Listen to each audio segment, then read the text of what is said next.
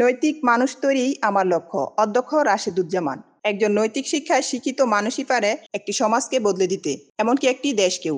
অবসরোত্তর সংবর্ধনা অনুষ্ঠানে বলেন পলাশ শিল্পাঞ্চল সরকারি কলেজের অধ্যক্ষ প্রফেসর মোহাম্মদ রাশেদুজ্জামান। শুধু ভালো রেজাল্ট নয়, শিক্ষার্থীর চরিত্র গঠনকে অগ্রাধিকার দিয়েই দীর্ঘ কর্মজীবন কাটিয়েছেন এই শিক্ষাবিদ। মঙ্গলবার 23শে সেপ্টেম্বর কলেজ শিক্ষক পরিষদের আয়োজনে দিনব্যাপী সংবর্ধনা অনুষ্ঠানে শিক্ষার্থীদের উদ্দেশ্যে তিনি বলেন, আমার প্রতিষ্ঠানে জিপিএ 5-এর দরকার নেই। দরকার এমন শিক্ষার্থী যারা সততা, মানবিকতা ও নৈতিকতার আলোয় সমাজ ও দেশকে আলোকিত করবে।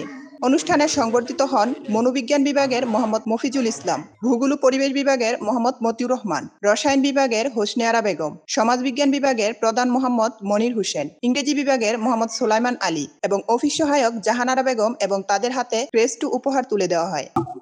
আমার কোনো জিপিএ দরকার নাই, আমার এখানে কোনো ভালো রেজাল্টেরও দরকার নাই, আমার দরকার নৈতিক শিক্ষা শিক্ষিত একজন মানুষ, একজন কোয়ালিটি এডুকেশন।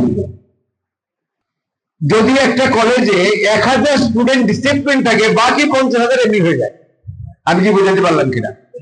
তাহলে আপনার প্রথম কাজটা হবে এই সংগঠনগুলোকে দাঁড় করানো। একদিকে সম্ভব না।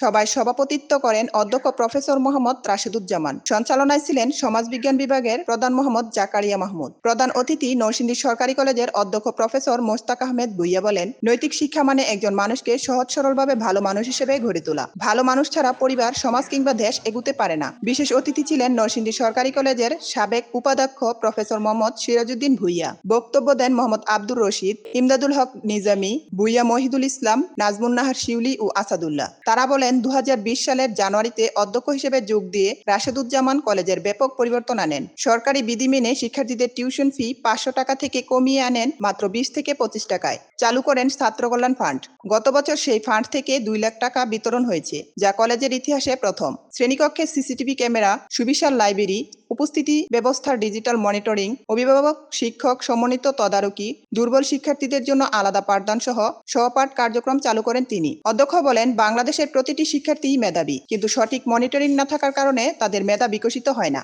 পরিচর্যা ও জবাবদিহিতার আওতায় আনতে পারলেই তারা দেশ বদলে দিতে পারবে। দিনব্যাপী এই আয়োজনে শিক্ষক, শিক্ষার্থী, অভিভাবক, প্রিন্ট ও ইলেকট্রনিক মিডিয়া এবং স্থানীয় গণ্যমান্যরা অংশ নেন। দোয়া ও মোনাজাতের মধ্য দিয়ে অনুষ্ঠানের সমাপ্তি ঘটে। মোহাম্মদ বেলায়েত হোসেন, পলাশ, নরসিংদী।